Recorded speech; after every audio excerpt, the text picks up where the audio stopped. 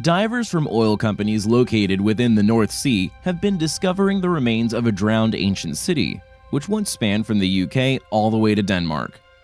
An ancient city so massive its suspected population has been estimated well into the tens of thousands.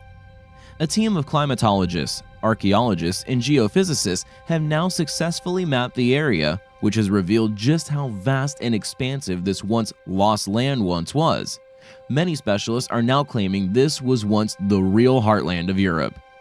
This enormous civilization is now believed to have dated back to some 8,000 years ago, and that the landmass was submerged over a period of several thousand years, a submersion which began some 20,000 years prior.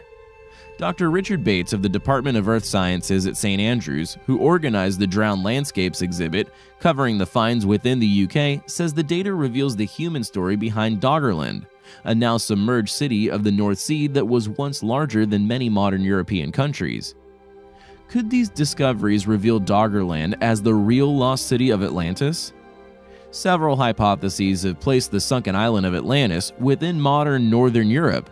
Most noted among such researchers is Olaus Rudbeck, who suspected that Doggerland, as well as a Viking Bergen island, which is thought to have been flooded by a mega tsunami following the Storegga slide in 6100 BC, is the real location of Atlantis, a proposition he put forward all the way back in the 1600s. Some have proposed the Celtic Shelf as a possible location, and that there is certainly links to Ireland. Many places have been put forward for the possible location of the sunken city throughout the years, yet none have revealed ruins worthy of such claims, many of these areas being too small to have housed such an enormous city.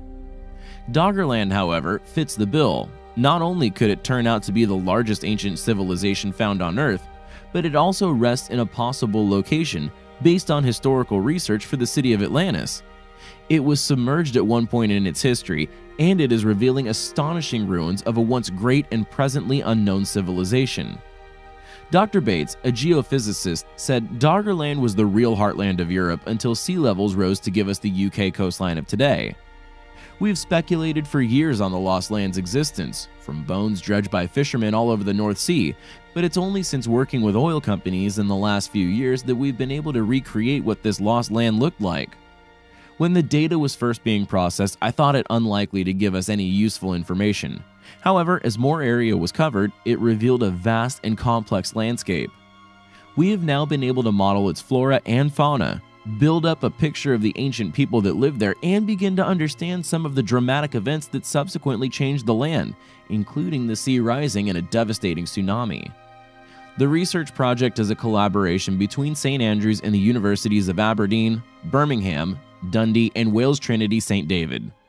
I will keep you posted on their future discoveries. Thanks for watching, guys, and until next time, take care. Lake Titicaca. This familiar named lake is located deep within the Andes, now sliced in two by the borders of Bolivia and Peru. It is not only the largest lake in South America, but it is also undoubtedly the most important historically that can be found anywhere on Earth.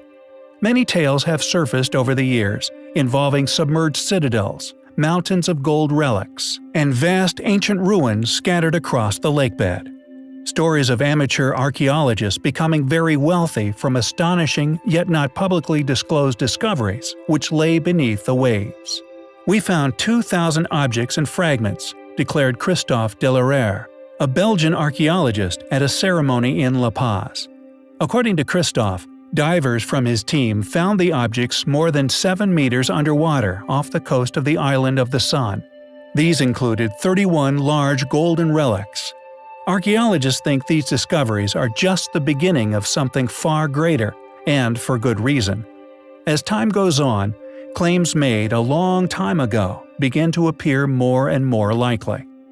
According to Colonel John Blashford Snells, a notorious explorer, his extensive explorations of the lake, the surrounding ancient culture, and his resulting research, the ancient city of Tiwanaku, very near the lake shores, copied their original building knowledge from the scientists of the mysterious and legendary lost city of Atlantis. Interestingly, ancient Incan legend also corroborates his conclusions, stating that the mythical founders of their amazing empire did indeed once emerge from the lake's waters.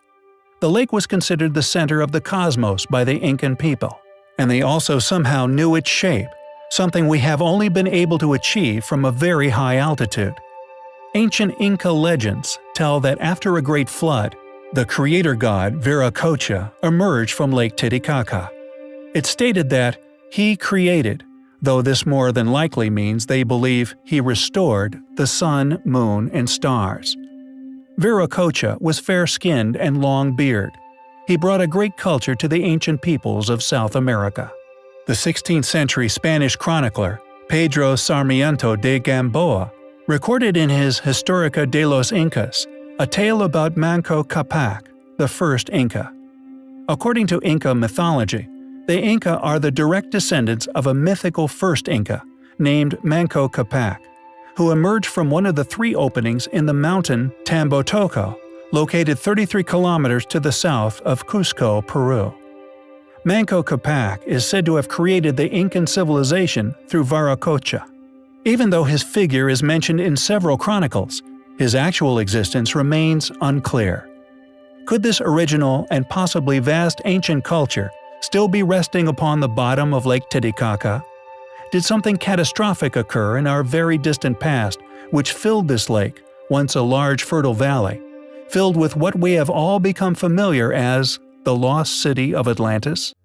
The University of Seville, working in collaboration with the Andalusian Institute of Historical Heritage, has conducted an intensive LiDAR survey in a historically compelling area between the Spanish coastal towns of Camposoto and Sancti Petri.